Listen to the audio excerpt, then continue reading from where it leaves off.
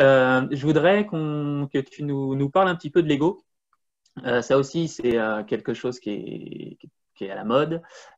Depuis un certain temps, j'entends parler pas mal de l'ego. Euh, et donc voilà, je voudrais que tu nous dises un petit peu rapidement, c'est quoi pour toi? Parce qu'il y a des personnes, en fait, encore une fois, qui savent pas ou qui n'ont pas forcément cette connaissance-là. Pour toi, qu'est-ce que c'est que l'ego? Une définition rapide, s'il te plaît. Après, je rebondirai là-dessus. Ok. L'ego, c'est pour moi l'ensemble des mécanismes de survie. Ok, Donc, comment? C'est euh, c'est une forte puissance de vie qui va s'activer dès qu'il y a une perception de danger. Donc, par exemple, comment euh, ouais, c'est dans une agression dans la rue, en cas de guerre, etc. L'ego, c'est une armée. Et ce qu'il y a à bien comprendre, c'est que cette armée-là, elle sera toujours à la hauteur et elle est à la hauteur depuis la création de l'humanité parce qu'elle lui a permis de survivre. Donc, l'ego est très successful dans sa mission. Par contre, ok. le but de l'ego n'est pas d'être heureux. Le but de l'ego est de survivre. D'accord. Donc, justement, je voulais rebondir là-dessus. En fait, on entend souvent parler que l'ego, ça nous, voilà, quand on a un désir d'évolution, il y a souvent l'ego qui revient pour, on va dire, contenir cette évolution. Et est-ce que tu peux nous expliquer en quoi, finalement, veut contenir cette demande de développement, cette évolution qu'on veut tous avoir, que ce soit personnel et également professionnel? Ok. L'ego, il a une obsession, c'est que tu sois vivant demain. Donc, peu importe que tu n'évolues pas, que tu ne grandis pas, que ta sexualité soit toujours au même niveau, que ta créativité financière soit toujours au même niveau, c'est pas son problème de l'ego. Lui, il D'accord. a un seul langage et il est à la hauteur. C'est Nicolas était vivant hier, toute l'énergie de l'ego est concentrée pour, OK, moi, je maintiens le même contrat, je veux que Nicolas soit le même aujourd'hui. Et c'est là où, du coup, il n'y a pas d'évolution. Donc, lui, l'ego, il est extrêmement, il est musclé, il est subtil, il est intégré à l'humain. Et donc, lui, voilà, il y a une telle puissance sur, OK, bah, comme hier, j'étais vivant, je vais tout faire pour aujourd'hui rester le même. C'est souffrant, mais ça permet de survivre. Je ne sais pas si je réponds à ta question. Ouais, mais toi, par exemple, en quoi on nous dit souvent de mettre l'ego de côté et là, justement, alors là, on a le pourquoi, mais pourquoi en fait pourquoi on devrait mettre ou en tout cas lutter contre l'ego pour justement pouvoir avancer dans notre vie Ok, de manière générale. ça c'est génial. En fait, si tu luttes contre l'ego, tu vas perdre.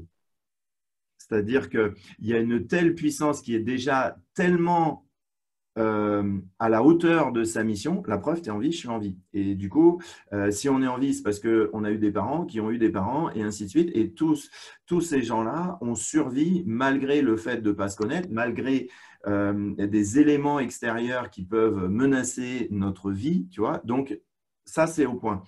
Et en fait, moi, j'invite les gens qui regardent la vidéo à déjà se ressentir à l'intérieur, s'introspecter avec 100% d'honnêteté. Est-ce que j'ai envie de vivre, de continuer à vivre à travers cette dictature de l'ego, ou est-ce que je crois que c'est possible de reprendre de la souveraineté par rapport à l'ego, voire pour certains à vivre sans ego. Donc, il y a un choix personnel qui ne dépend pas de technique, qui dépend en fait que de notre liberté. Et donc, comme cet ego, il est à la hauteur, beaucoup de gens, là, hier, moi, j'ai quelques entraîneurs de sport pro que je coach. Et du coup, il y avait ce sujet-là hier, parce que du coup, dans le sport pro, on parle beaucoup d'ego. Et donc, est-ce qu'il faut lutter? Est-ce qu'il faut le dresser? Est-ce qu'il faut le mater? En fait, non, parce qu'il y a tellement, il y a un double mouvement. Il y a beaucoup d'énergie et il y a un mouvement subtil d'amour en termes d'ego. Donc, les deux réunis, lutter contre, ça n'a aucun sens et c'est perdu d'avance. Donc ça, D'accord, ça serait plutôt l'apprivoiser alors? alors, Toi, concrètement, tu fais quoi en fait avec ton ego, toi, pour avancer comme ça dans la vie? ouais. Donc, première étape, c'est de poser un choix, ça peut paraître trop simple, hein, mais d'authenticité absolue, c'est-à-dire faire le choix à l'intérieur de moi de, OK, quoi qu'il se passe dans ma vie, j'arrête de me mentir. Ça, c'est la première étape. Et à partir de ce choix-là, du coup, je vais me rendre compte que il y a des comportements que j'adopte. Donc moi, par exemple, par rapport à la bouffe, par rapport au fait de avant toujours rechercher de l'amusement, du plaisir, etc. Bah oui, en fait, ça, c'était un mouvement d'ego pour ne pas vivre une certaine tristesse profonde, un certain mouvement de déception profonde par rapport à l'existence humaine. Tu vois, quelque chose qui était vraiment fort. Et donc, du coup, ça, c'est des mouvements d'ego. Donc, ce n'est pas en luttant contre ce fait d'être attiré par le plaisir, etc. C'est en reconnaissant qu'il y a une partie de moi qui agit de manière mécanique pour me protéger de vivre quelque chose. Et donc, la deuxième étape, c'est après l'authenticité absolue, c'est de reconnaître qu'il y a des parties en moi qui sont conditionnées, donc l'ego, qui agit toujours dans le même sens pour me protéger, et qu'il y a aussi une partie libre. Donc, quelle est la partie que j'ai envie de nourrir, tout en sachant que l'ego va être à la hauteur. Donc, la deuxième étape, c'est de reconnaître qu'à l'intérieur de moi, il y a beaucoup d'énergie investie sur ma survie physique et ma protection psychologique. Ma protection, par exemple, dans les relations, qui va faire que je n'ose pas dire mes vrais désirs sexuels, qui fait que je n'ose pas dire ce que j'ai vraiment envie et qu'est-ce que j'ai envie de construire dans le couple, par exemple. Tu vois. Donc, l'étape d'après, pour ne pas lutter contre l'ego, c'est de reconnaître cette force incroyable qui est là et que cette force-là, elle a juste pour mission d'assurer la survie, mais pas de me rendre heureux. Et donc, si je reconnais que c'est en moi, là, je vais commencer à dire, OK, mais en fait, comme l'ego est en moi, et qu'en fait, lui, il veut juste assurer de survivre, mais je ne suis plus en danger. Donc, troisième étape, c'est de reconnaître que, OK, dans notre société, OK, il peut y avoir un risque de guerre, mais on n'est plus à l'époque d'avoir un loup qui peut venir becquer nos gamins, d'avoir un ours qui débarque, tu vois, qui peut, bref, tuer quelqu'un. On n'en est plus là. Tu vois, par contre, la perception de danger, elle est toujours là. Donc, c'est de reconnaître qu'il y a ça et sans ce désir d'honnêteté, en fait, ça ne passera pas parce qu'il y a trop d'énergie investie dans l'ego. Ok, je pensais qu'il y avait un lien en fait entre l'ego et la reconnexion avec son feu sacré. Alors oui, il y a deux parties dans l'ego. Il y a la partie de cette énergie très réactive qui est animale, et il y a une partie plus de l'ego autour de l'ego qui crée de la confusion, qui crée, par exemple, ce qu'on appelle le gardien de la possession, c'est-à-dire, tu vois, qui est très attaché aux biens matériels, etc. Donc il y a une partie qui est extrêmement animale et l'autre qui est plus psychologique. Et donc, le lien avec le feu sacré, ça va être de décider concrètement de reprendre le pouvoir sur cette partie animale qui réagit au quart de tour alors qu'on n'est plus en danger. D'accord, ok, super. J'aimerais que tu nous parles un petit peu de ce qui va arriver en fait dans ton business. C'est-à-dire, si j'ai bien compris que tu vas ouvrir une école de coaching. Oui. C'est bien ça. Oui, c'est vrai. Et encore une fois, c'est ce que je disais tout à l'heure, c'est que il suffit de cliquer sur Internet pour tomber sur une pub de coach de vie, coach business. Donc moi, je suis pas forcément, je connais pas tout ça en fait, tout ce corps de métier. Même si je vais faire de l'accompagnement dans l'apprentissage de massage, mais voilà, tout ce qui est coaching de vie, est-ce que tu pourrais un petit peu nous dire pourquoi en ce moment ça explose et en deuxième lieu nous dire pourquoi en fait ton école, j'imagine qu'elle sera différente des autres et ce que tu vas apporter en plus à tes élèves finalement. Ok. Alors, pourquoi ça explose? En fait, on en a marre de juste survivre. On en a marre de sous-exister. Tu vois, moi, tu vois, voilà, j'ai pas envie dans ma vie professionnelle de toujours cacher ce que je demande ou me couper de ma sensibilité, de ma profondeur. J'ai pas envie de ça en fait. Donc du coup, il y a un mouvement et c'est le sens de l'humanité, c'est de sortir de ce mouvement de survie. Donc c'est pour ça que du coup, il y a beaucoup plus de gens qui ont le désir de dire non, mais en fait, j'ai pas, ça m'intéresse pas d'être un zombie, ça m'intéresse plus de correspondre aux normes de la société, ça ne m'intéresse plus de toujours passer par le groupe pour me donner l'autorisation de m'exprimer. Donc, donc ça, effectivement, c'est bon signe. Pour l'instant, c'est extrêmement chaotique. Tu vois, il y a une espèce de mouvement de fond là. Alors, il y a encore quelques pays qui aiment bien se soumettre. Bon, bah, ok, ils ont aussi les dirigeants qui fonctionnent avec ça. Mais effectivement, dans les pays plus libres comme le nôtre, il y a cette vague de fond qui est vraiment bon signe, qui fait qu'on a envie de connaître, mais en fait, qu'est-ce qu'il y a profondément à l'intérieur de moi? Qu'est-ce qui va faire que quand j'ai un désir, bah, du coup, je me sens rempli, je me sens nourri, et que ce n'est pas juste des désirs de possession où du coup, bah, je possède plein de trucs, mais je me sens vide à l'intérieur. Donc ça, c'est bon signe. Et donc après, coaching de vie, bah, c'est comme Internet a fait beaucoup pour la circulation de l'information, donc les gens sont de plus en plus curieux et de plus en plus éduqués pour se dire, OK, mais en fait, il y a sûrement des gens sur la planète qui peuvent m'aider justement à rebrancher mon feu sacré ou à faire en sorte de vivre ma vie à partir de mon système, à partir de ma singularité, à partir de mes désirs, à partir de ma sensibilité. Et j'ai envie que ça devienne une réalité. Donc, donc oui, bah, il y aura de plus en plus. En fait, comme je dis souvent, nous, on s'adresse aux gens, et c'est plus particulièrement les femmes, qui ne veulent plus choisir entre le développement de leur potentiel et leur niveau d'épanouissement. C'est-à-dire, on veut les deux, en fait. On veut les deux. Et donc, du coup, parce que le niveau d'épanouissement, ça passe par beaucoup plus de présence à mon corps, beaucoup plus de présence, comme je disais, aux mécanismes animaux à l'intérieur, tu vois, aux mécanismes primates, tu vois. Donc, parce qu'à partir de cette présence-là, ma conscience va s'élargir. C'est en fait tout naturel. C'est pas en passant par le haut, c'est en passant par le bas.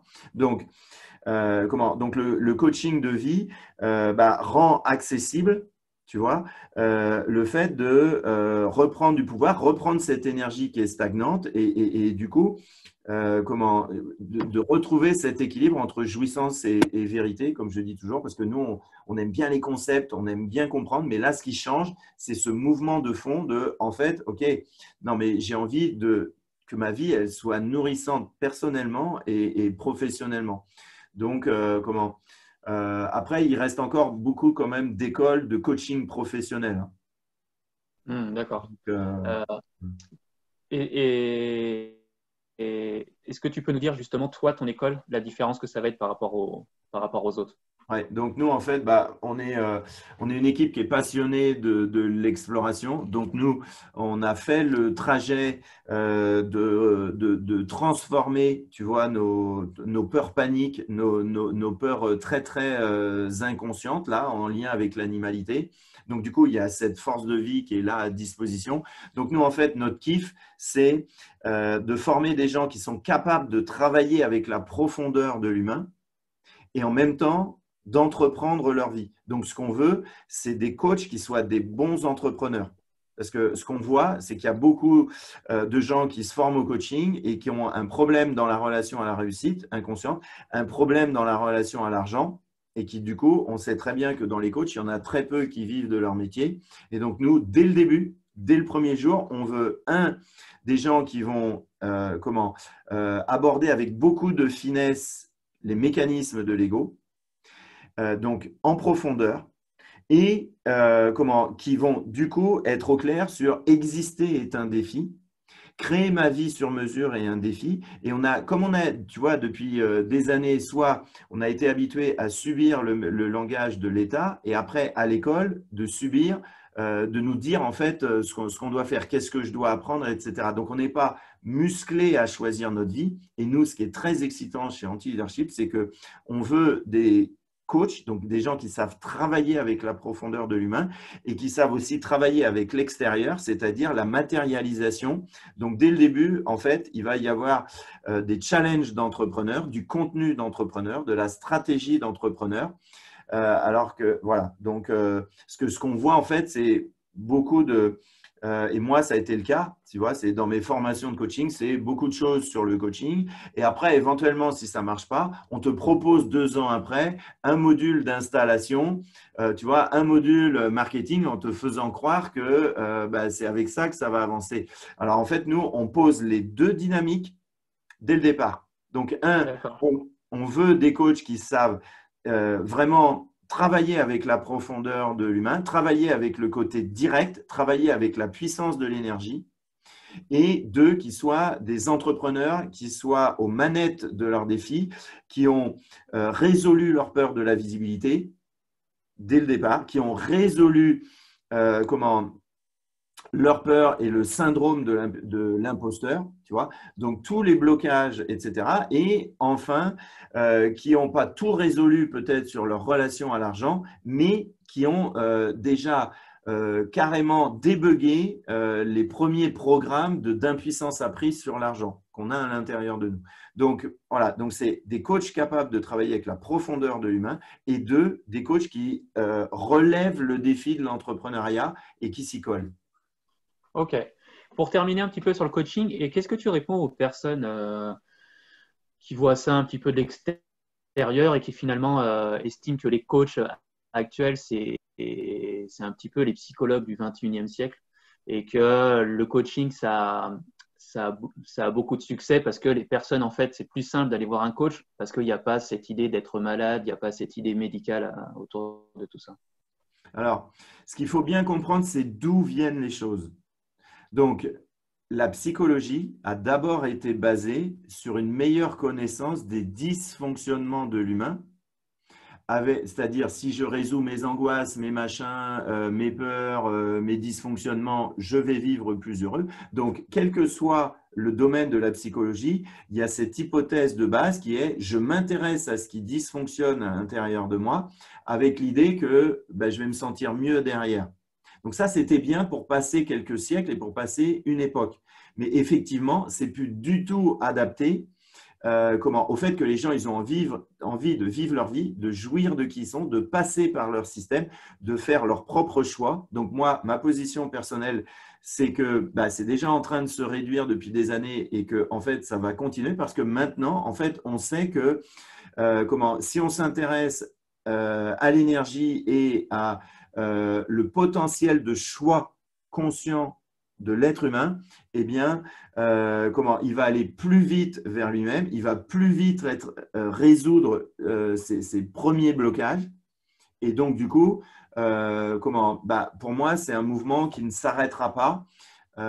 Et c'est plutôt bon signe. Donc, la psychologie, elle est basée sur le fait de l'étude des dysfonctionnements humains, alors que tout ce qui est des mouvements, en tous les cas sains du coaching, elle est OK, il y a une part d'ombre chez l'humain, surtout on ne la nie pas, surtout on voit qu'on va rester coincé si on fait l'autruche par rapport à ça. Donc OK, ça existe, c'est là. Donc c'est la prise en considération de ça, la prise en considération de l'ego.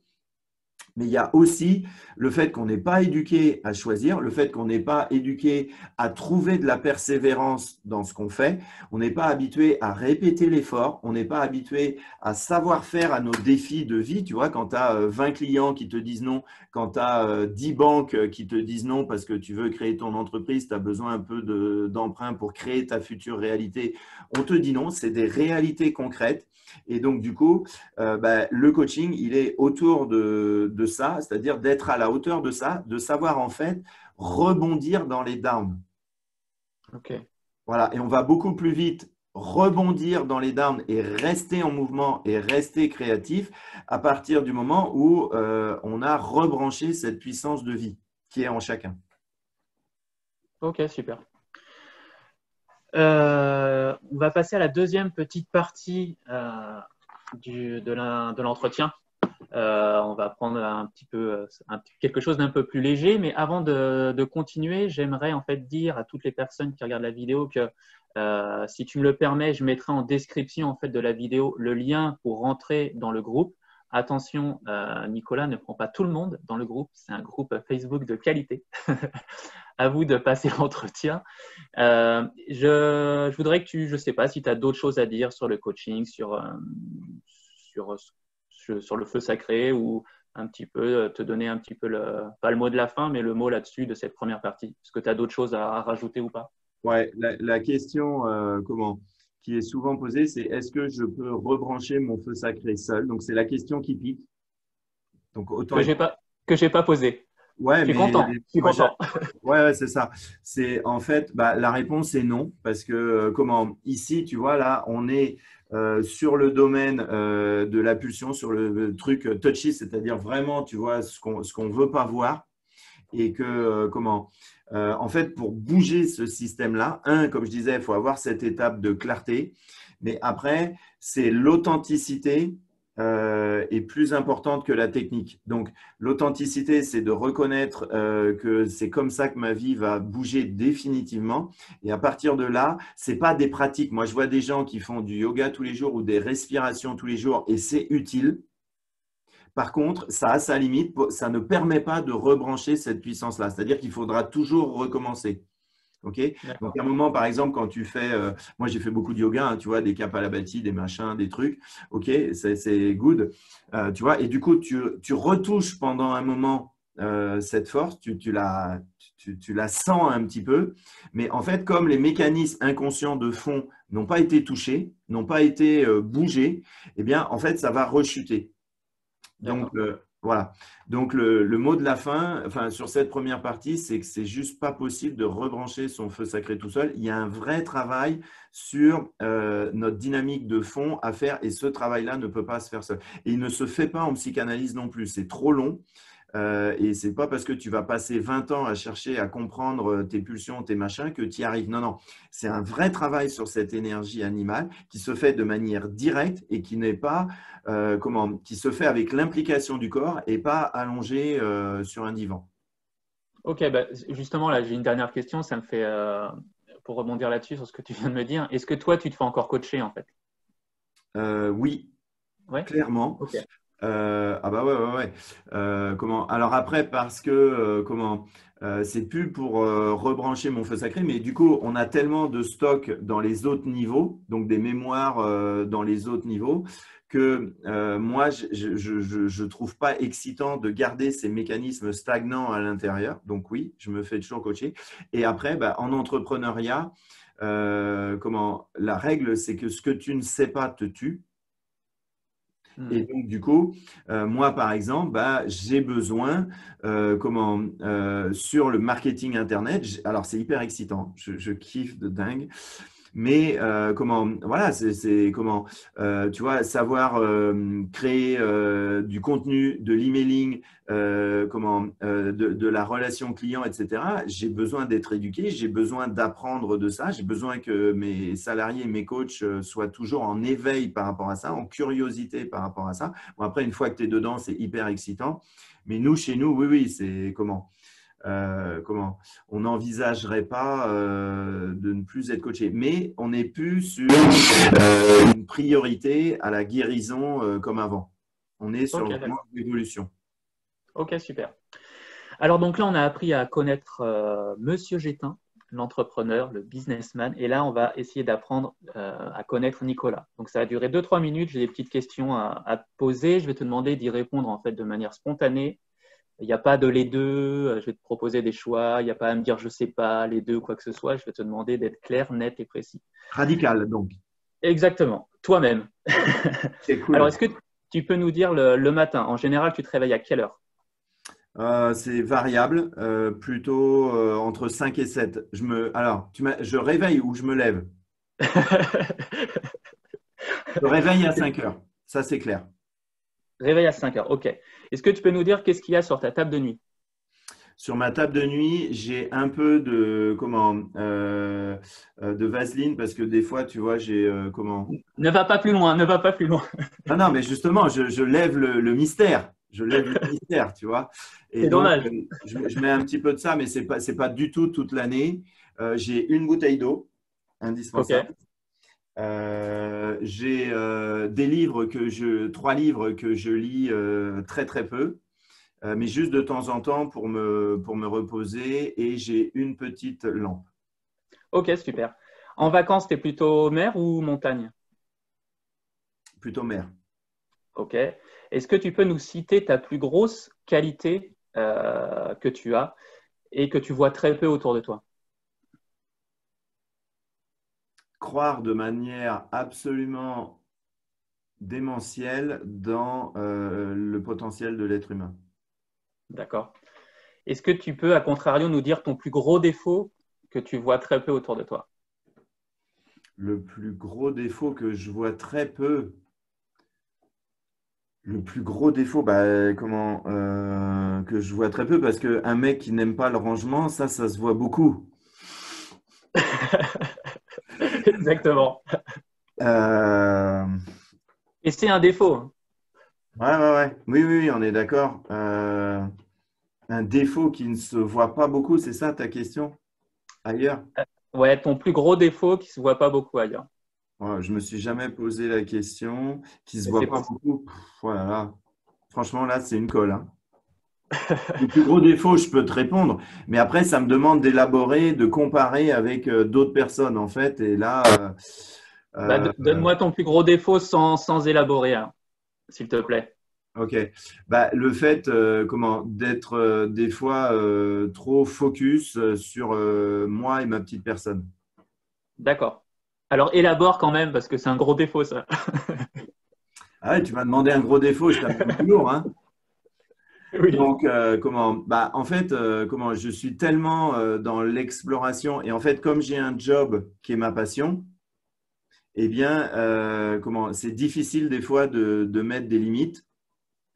Et ma conjointe a été entrepreneur, mais là, elle ne l'est plus depuis 20 ans.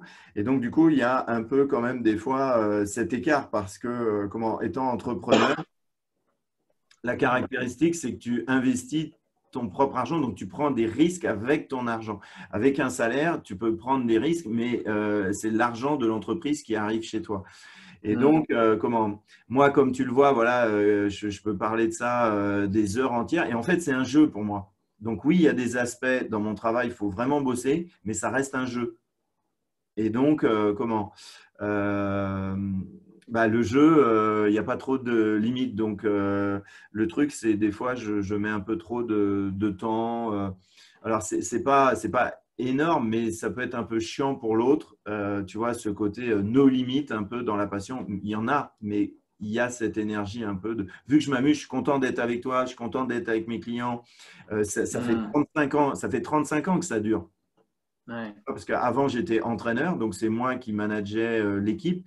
Et, et d'être dans cet accompagnement, dans cet entraînement du potentiel humain, en fait, déjà, ça n'a pas de fin. Et du coup, moi, je suis dans ce mouvement que ça n'a pas de fin. Donc c'est un jeu avec des règles, c'est un jeu avec de l'argent. Mais pour moi, ça garde cet aspect de jeu. Tu vois, je suis Ok. très dans une forme de fraîcheur, de te rencontrer, d'être challengé par tes questions. Pour moi, tout ça, c'est du fun. Ok, super. Voilà. Est-ce que tu peux nous dire ton dernier fou rire? Mon dernier fou rire, c'était fou rire, gros fou rire. Fou rire, ouais. Euh, Gros fou rire, c'était dans le Covid où j'ai assisté à une conférence et avec un pote, on se sentait un peu isolé, tu vois. Il y avait plein de gens qui étaient les bons élèves partout. La personne disait des choses et on était un peu en religion. Justement, ça manquait un peu de fun, c'était un peu sérieux. Et puis, du coup, j'ai fait signe à mon pote de regarder une personne qui avait un souci avec son masque. Et du coup, là, on est parti pour, c'est pas une demi-heure, mais un bon 10 minutes Ah ouais, quand même. à être mort de rire. Puis après, tu sais, t'arrêtes, tu te regardes et t'es reparti pour 5 minutes, quoi. Et ça repart. Ok. La dernière fois que tu as pleuré? Oh, là, bah, ça, c'est pas vieux du tout. Euh, Bah, avec ma chérie, il y a 15 jours. D'accord. Ton dernier cauchemar? Alors, je ne me souviens quasiment jamais de mes rêves. Donc là, là, c'est pas que je veux fuir la question, mais je ne me souviens ni de mes rêves, ni de mes cauchemars. Depuis quasiment toujours. C'est très, très rare. J'ai eu une période où, justement, en thérapie, on m'avait dit, ah, note tes trucs et tes machins.